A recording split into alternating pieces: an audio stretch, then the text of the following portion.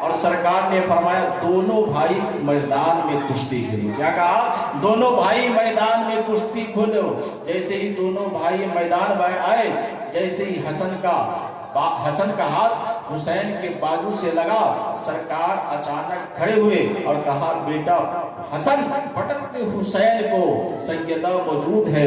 سیدہ نے کہا حضور حسین چھوٹے ہیں، حسن بڑے ہیں، تو آپ چھوٹے سے کہتے بڑے کو پٹک دیجئے، تو آپ بڑے سے کہتے ہیں چھوٹے کو پٹک دیجئے. سرکار نے فرمایا انی ارا ما لا ترون، میں وہ دیکھتا ہوں جو کوئی نہیں دیکھتا ہے.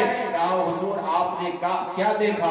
کہا جب دونوں بھائی میدان میں آئے تو جبریل آ گئے. جبریل حسین کے بازو کو تھام کر کہتا ہے کہ حسن کو پٹک دے، تو میں حسن کے بازو کو تھام کر کہتا ہوں کہ حسین کو پٹک دے.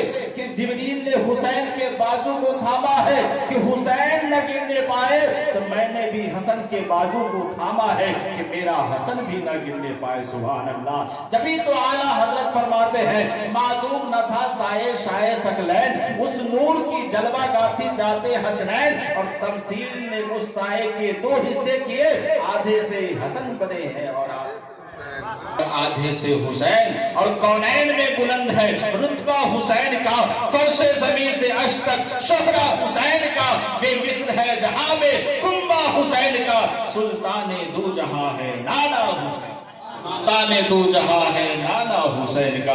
آئیے ذہن کو قریب کیجئے تو میں آپ کو بتاتا چلو. ایک مرتبہ سرکار مدینہ صلی اللہ تعالیٰ علیہ وسلم مسجد نبوی میں امامت فرما رہے تھے. امام حسین آئے اور سرکار کے پشت انور پر سوار ہو گئے. سرکار نے پشت انور پر سوار ہو گئے تو آقا دو جہاں جناب محمد رسول اللہ صلی اللہ تعالیٰ علیہ وسلم ایک تسبیح نہیں، دو تسبیح نہیں، تین تسبیح نہیں، بلکہ 72 تسبیح پڑھتے چلے گئے. جب 72 تسبیح مکمل ہو گئی تو سرکار دو عالم صلی اللہ تعالیٰ علیہ وسلم کے پشت انور سے نیچے ہوئے اور کھیلتے کودتے ہوئے خاتون جنت حضرت فاطمہ الزہرا رضی اللہ تعالیٰ عنہا کے بارگاہ میں پہنچا اور کہا امام عالی مقام نے کہا اے میری والدہ آج تو گجب ہو گیا. کہا بیٹا کیا ہوا؟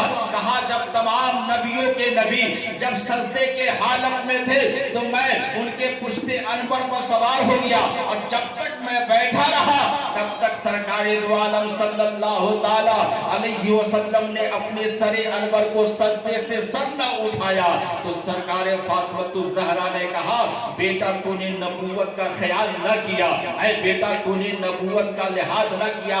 کہ تو امام عالی مقام نے فرمایا اس میں بھی ایک راز پوشیدہ ہے. سبحان اللہ سبحان اللہ. اس میں بھی ایک راز پوشیدہ ہے. کہا بیٹا وہ راز کیا ہے؟ کہا کہ جب کربلا کا میدان واقع ہوگا اور جب تلواریں چلے گی اور گردنیں اڑے گی تو اس 72 تسبیح کا ہم ادا کر دیں گے، 72 جانثاروں کو ہم قربان